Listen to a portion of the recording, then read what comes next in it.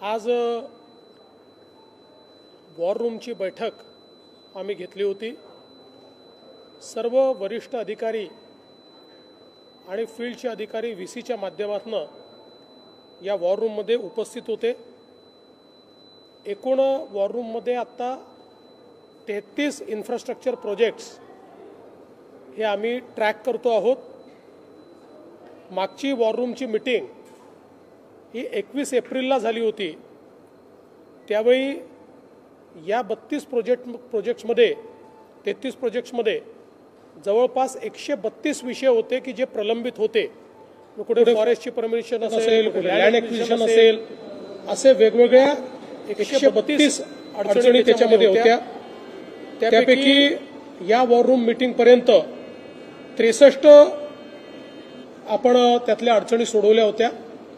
उर्वरित अडचणींच्या संदर्भात प्रत्येक डिपार्टमेंटला त्या ठिकाणी बसवून तुमची काय अडचण आहे आणि ती कशी सोडवता येईल या संदर्भात आज अतिशय प्रदीर्घ अशा प्रकारची चर्चा झाली आणि पुढच्या वॉर रूम मीटिंग पर्यंत हे सगळं सोडवण्याचे आदेश देखील आपण दिलेले आहेत। याच्यामध्ये विशेषतः आपल्या एमएमआर रिजनमध्ये मल्टी मॉडेल कॉरिडॉर असेल किंवा जीएमएलआर असेल, गोरेगाव मुलुंड लिंक रोड, त्यासोबत जे प्रमुख मेट्रोचे प्रोजेक्ट्स आहेत, ठाणे भिवंडी कल्याण, वडाळा कासरवडवाली, स्वामी समर्थनगर ते विक्रोळी, अंधेरी ते आपलं जे एअरपोर्ट आहे तिथपर्यंत, दहिसरपासनं मीरा भाईंदरपर्यंत आणि जी अंडरग्राऊंड मेट्रो 3 आहे या सगळ्यांची अडचणी सोडवणे आणि त्याची कंप्लिशनची डेट ठरवणे असं काम आज आम्ही केलेलं आहे। बीडीडी चाळीच्या संदर्भातलं देखील काम जे आहे ते अत्यंत वेगाने करणे या संदर्भात आज आढावा घेतलाय। त्यांच्याही काही अडचणी होत्या, त्या अडचणी आपण दूर केलेल्या आहेत।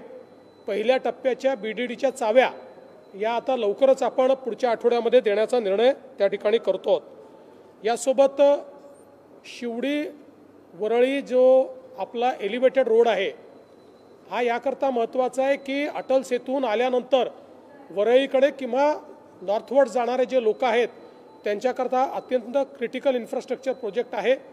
त्यामुळे पुढच्या 1 ते सव्वा महिन्यामध्ये सगळं याच्या अडचणी दूर करून त्यानंतरच्या 1 वर्षामध्ये याचं काम पूर्ण करायचं आपण ठरवलेलं आहे। त्यामुळे एक मोठी कनेक्टिव्हिटी त्या माध्यमातून मिळणार आहे। यासोबत जो आपला धारावीचा पुनर्विकास प्रकल्प आहे त्याच्यातल्याही अडचणींचा आढावा आज घेण्यात आला आणि त्यातल्या अडचणी दूर करून हा वेगाने प्रोजेक्ट झाला पाहिजे याच्या संदर्भात आपण प्रयत्न केला आहे।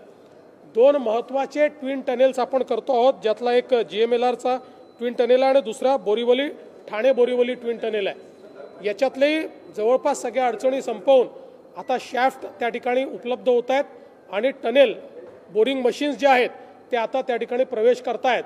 त्यामुळे त्याचा प्रवेश झाल्यानंतर 2 वर्षामध्ये या टनेलचं काम पूर्ण होईल आणि ही खूप मोठी जी एक मिसिंग लिंक आहे की ज्याच्यामुळे 1.5 तास लोकांचा प्रवास वाचू शकेल त्याचंही आज पूर्णपणे आपण आढावा घेतलेला आहे। यासोबत आपला जो कोस्टल रोड आहे, कारण आपल्याला माहिती आता आपला बांद्रा वर्सोवा हा जवळपास 63% काम त्याचं झालं आहे। त्यामुळे त्याचाही आपण आढावा घेतला, तो लवकर पूर्ण झाला पाहिजे। पण त्याच्या पलीकडे वर्सोव्यापासनं दहिसर आणि दहिसरपासनं भाईंदर अशा प्रकारे 6 आपण त्याचे टप्पे तयार केले आहेत आणि या 6 टप्प्याला आता आपण काम सुरू केलेलं आहे। त्यामुळे त्याच्यातही काही लँड ॲक्विजिशनचे काही वेगवेगळ्या एजन्सीजचे प्रश्न होते, तेही प्रश्न आज आपण सोडवलेले आहेत।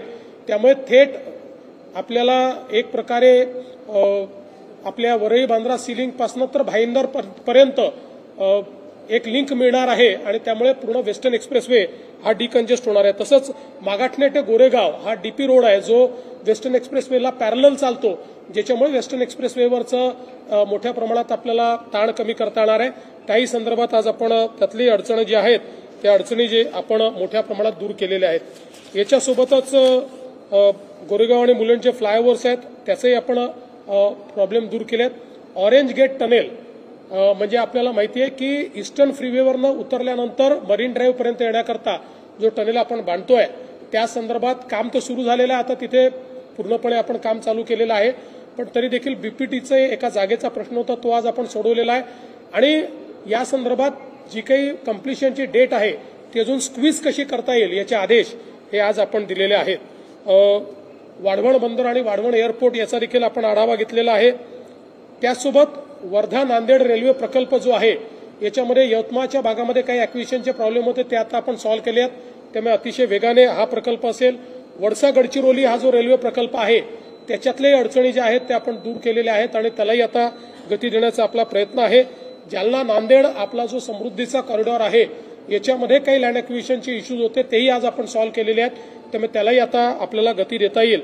यासोबत पुणे रिंग रोड हा प्रकल्प, पुणे मेट्रो रेल हा प्रकल्प, म्हणजे पुण्याचे आता वाढीव टप्पे जे आहेत आणि विशेषतः शिरूर आपला जो पुणे शिरूर जो रोड आहे तिथे मेट्रो सोबत आपल्याला इंटिग्रेशन करायचं आणि 3 मजली बांधकाम करून मेट्रो आणि त्यासोबत फ्लायओव्हर अशा प्रकारचं बांधकाम करायचं आहे। तर त्याही संदर्भात ते कोणी करायचं, कसं करायचं असे प्रश्न होते, त्यात आज वॉर रूममध्ये मेट्रो आणि MSIDCनी एकत्रित बसून त्याचा देखील निर्णय केलेला आहे, त्यामुळे त्यालाही आपल्याला गती देता येईल।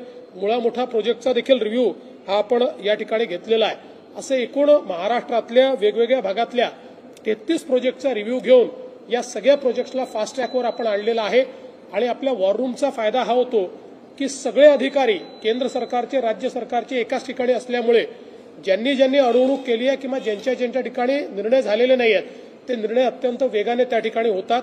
त्यामुळे मला विश्वास आहे की हे जे 33 प्रोजेक्ट आपण घेतलेले आहेत हे सगळेच्या सगळे प्रोजेक्ट वेळेमध्ये आपण पूर्ण करू शकू।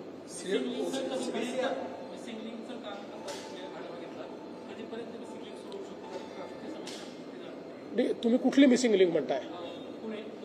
नाही, त्याचं तर आपण डिसेंबरपर्यंत काम पूर्ण करतोय मिसिंग लिंकचं। असं आहे की या निकालाचे 2 अन्वयार्थ आहे। पहिला अन्वयार्थ की मागच्या काळामध्ये सर्वोच्च न्यायालयाने आपल्याला जी डायरेक्टिव्ह दिली होती की जुन्या ओबीसी आरक्षणाप्रमाणेच या ठिकाणी निवडणुका घ्या, तीच डायरेक्शन आता कन्फर्म झालेली आहे। त्यामुळे आता सगळ्या जिल्ह्यांमध्ये ओबीसी आरक्षण हे पूर्णपणे त्या ठिकाणी या निवडणुकीत राहणार आहे।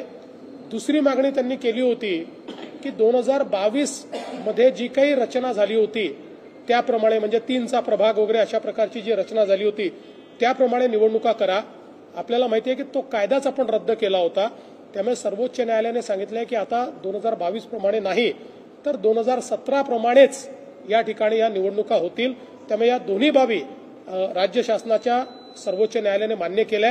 आम्हाला अतिशय आनंद आहे की आता ओबीसी आरक्षणासहितच या निवडणुका होण्यावर पुन्हा एकदा सर्वोच्च न्यायालयाने शिक्कामोर्तब केलं।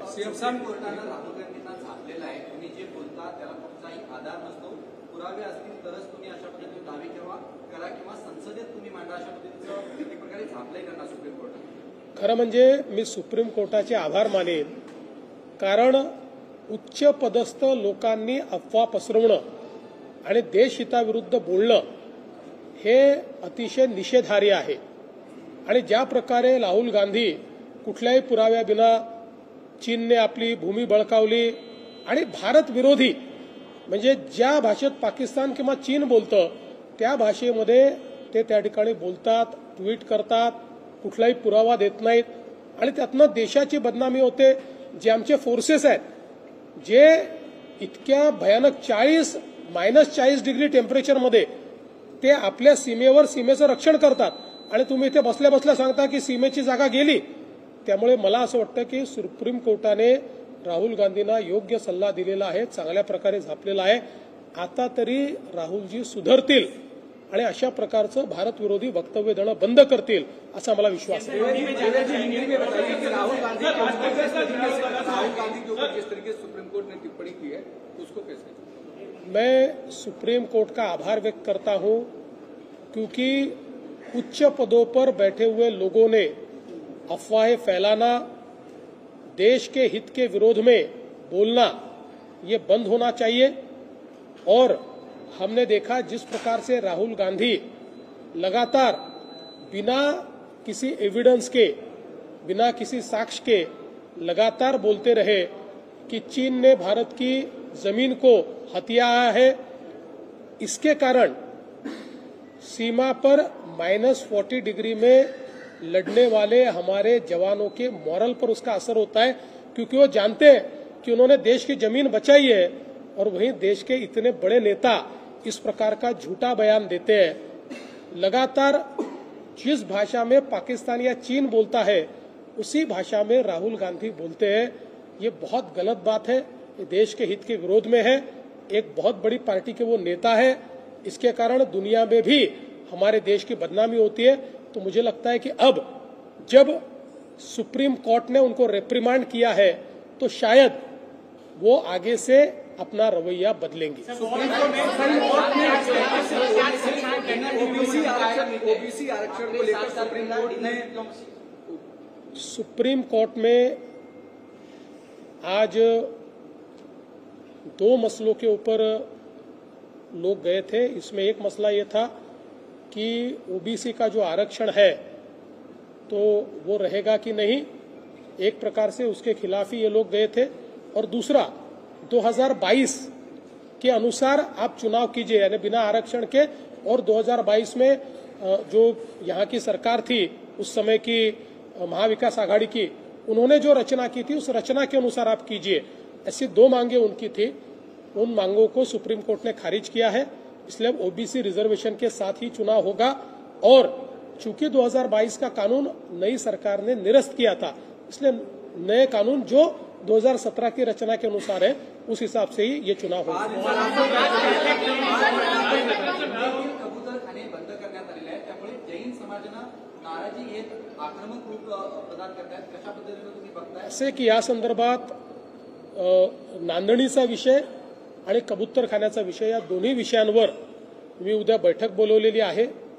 कारण हे दोन्ही निर्णय न्यायालयाचे निर्णय आहेत, हे काही आमचे निर्णय नाही आहेत। पण जनभावना ही लक्षात घेतली पाहिजे, त्यामुळे यातनं काय मार्ग काढता येईल त्या संदर्भातला आमचा प्रयत्न आहे। काही अभ्यास देखील आम्ही केलेला आहे। उद्या काही प्रमुख लोकांची आम्ही चर्चा करणार आहोत आणि या दोन्ही विषयांवर कशा प्रकारे मार्ग काढता येईल आमचा प्रयत्न आहे।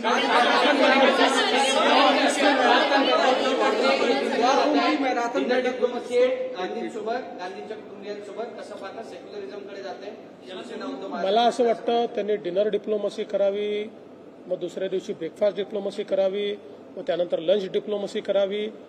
कितीही डिप्लोमसी केली तरी जोपर्यंत हिंदू हृदय सम्राट शिवसेना प्रमुख बाळासाहेब ठाकरेंचा मार्ग सोडून ते दुसऱ्या मार्गावर जातील तोपर्यंत लोक त्यांना मतदान करणार नाही।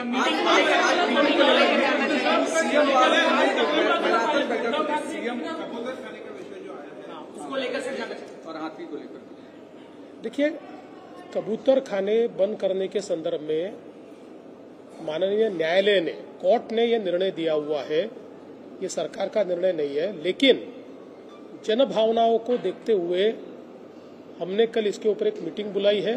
कुछ प्रमुख लोगों से हम वार्तालाप करेंगे और इसमें से जनभावना को संभालते हुए और कोर्ट के डिसीजन के मद्देनजर हम क्या मार्ग निकाल सकते हैं इसका प्रयास हम करेंगे।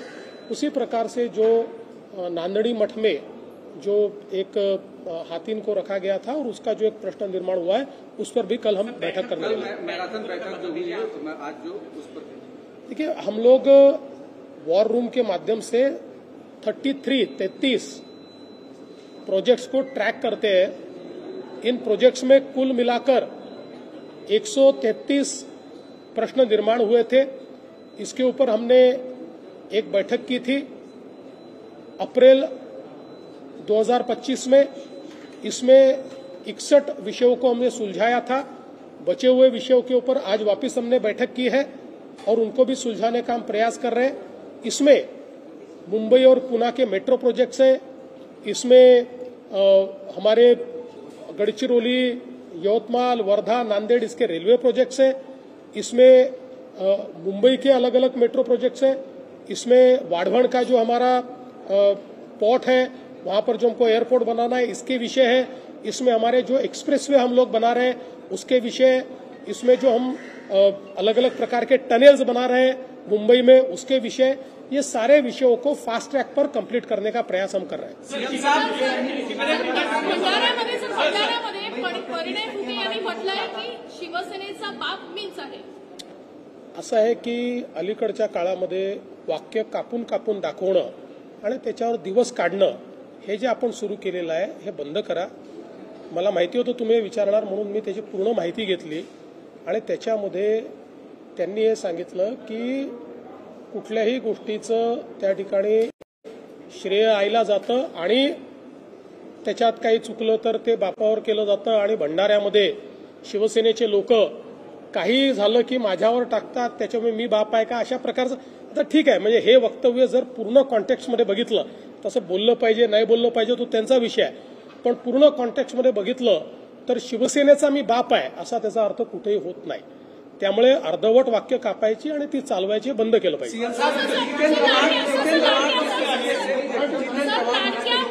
लाडक्या बहिणी योजनेचा सर लाडक्या बहिणी त्यांनी वादग्रस्त विधान केलेलं आहे आणि ते म्हणतात की ठाकरेंचं राजकारण मुंबई महानगरपालिकेनंतर संपून जाईल. माझं अगदी स्पष्ट मत आहे की निशिकांत दुबेंनी अशा प्रकारची वक्तव्य करू नयेत. या संदर्भात इथली परिस्थिती हँडल करण्याकरता आम्ही सक्षम आहोत. इथला मराठी माणूसही सुरक्षित आहे, इथला नॉन मराठी सुरक्षित आहे, सगळे एकमेकासोबत योग्य प्रकारे नांदतायत. महाराष्ट्रामध्ये मराठी आणि गैर मराठी असा कुठलाही वाद नाहीये. काही लोक वाद निर्माण करण्याचा जाणीवपूर्वक प्रयत्न करतायत. त्यांना मराठी लोक आणि अमराठी लोक दोघेही निवडणुकीत त्यांची जागा दाखवतील. त्यामुळे माझा सल्ला दुबेजींना असा असेल की या विषयामध्ये त्यांनी कुठलंही वक्तव्य करू नये. सीएम साहब जितेंद्र आव्हाड जिस तरीके से अभी भी उन्होंने एक वक्तव्य दिया कि सनातन अलग है, सनातन के लोग आतंकवादी हो सकते हैं, भगवा के लोग नहीं, ये जो शब्द है इसको कैसे में देख रहे हैं? देखिए, पहली बात तो यह है कि जितेंद्र आव्हाड जी को न सनातन के बारे में कुछ पता है न हिंदुत्व के बारे में कुछ पता है और उनको किसी बारे में कुछ पता नहीं है. वो केवल वोट की राजनीति करते रहते हैं और इस प्रकार की बयानबाजी करते रहते हैं. इस प्रकार की उनकी बयानबाजी को मैंने जवाब देना ये मैं मेरे लेवल का नहीं समझता. लाडकी बहीण योजनामध्ये ज्या पद्धतीचा लाभ काही भावांनी घेतलेला आहे त्यांना नोटिसा देखील बजावून ती कारवाई होणं अपेक्षित आहे. सर कधीपर्यंत ही कारवाई सुरू झालेली आहे? साधारण दुसरीकडे राज ठाकरेंचं असं म्हणणं आहे का मुंबई महानगरपालिकेवरती आमची सत्ता आहे. प्रत्येकाला हे म्हणण्याचा अधिकार आहे. म्हणजे राज ठाकरेच काय, आता मुंबईमधली जी काही छोट्यातली छोटी पार्टी आहे ती हे म्हणू शकते किंवा आमचे आठवले साहेब देखील म्हणतात. अर्थात ते आमच्यासोबत आहेत, पण ते जर वेगळे लढले असते तर त्यांनी हाच क्लेम केला असता की आमचा झेंडा लागणार आहे. आता आमच्यासोबत त्यांचा झेंडा लागणारच आहे आठवले साहेबांचा. त्यामुळे मला असं वाटतं की जो पार्टी चालवतो त्याला म्हणण्याचा अधिकार. छोड दो डिनर डिप्लोमसी, कोई नाही. हा काय राजकारणात काही होऊ शकतं. काही दिवसांपूर्वी त्यांनी 2 दिवसापूर्वी शेकापच्या मंचावर ते दिसले. आता बच्चू कडूंची पण चांगली गोष्ट आहे. सगळ्यांना एकत्रित आणलं तरी काही हरकत नाही आहे. मी तुम्हाला एक गोष्ट या ठिकाणी स्पष्टपणे सांगतो, मुंबईमध्ये कोण सोबत येत आहे कोण सोबत येत नाही या संदर्भात मला काही म्हणायचं नाही. मुंबईच्या लोकांनी आपलं मत बनवलेलं आहे. मुंबईमध्ये महायुतीच मुंबई महानगरपालिकेत निवडून येईल. निशिकांत दुबे बार-बार इस तरीके का बयान दे रहे हैं, कैसे देखते हैं और क्या? देखिए निशिकांत दुबे जी को मैं ये सलाह देना चाहूँगा कि इस विवाद में वो न पड़े, क्योंकि कुछ लोग जानबूझकर ये विवाद करना चाहते हैं और उनके बोलने से उनको विवाद के लिए बल मिलता है. महाराष्ट्र में मराठी और गैर मराठी ऐसा कोई विवाद नहीं है. मुंबई में भी ऐसा कोई विवाद नहीं है. मुंबई में मराठी और गैर मराठी साथ में रहते हैं. 3-3, 4-4, 5-5 पीढ़ियों से साथ में रह रहे हैं. कभी भी इनमें न कोई दुश्मनी हुई है न कोई मारामारी होती है. एखादी घटना जब होती है तो वो भी भाषा की घटना नहीं होती, वो किसी और की घटना होती है. लेकिन चूंकि चुनाव पास में आ रहा है तो कुछ लोग ये चाहते हैं कि इस प्रकार का भेद महाराष्ट्र में तैयार हो और चुनाव में उनको मदद मिले. ये एक ट्रैप है. इस ट्रैप में आने से वो बचे, ऐसी मैं उनको सलाह देना चाहता हूँ.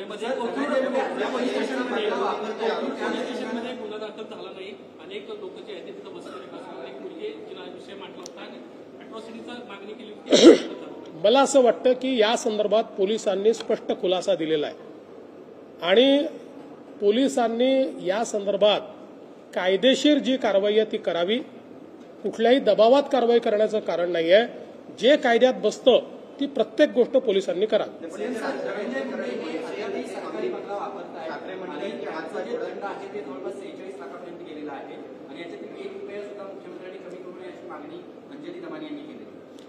मी अजून किती दंड झाला आहे हे बघितलेला नाही. त्यांना परमिशन काही काळ मी राहण्याची दिली होती, तो काळ संपलेला आहे का हे पण मी चेक केलेलं नाही, चेक करेन. चला.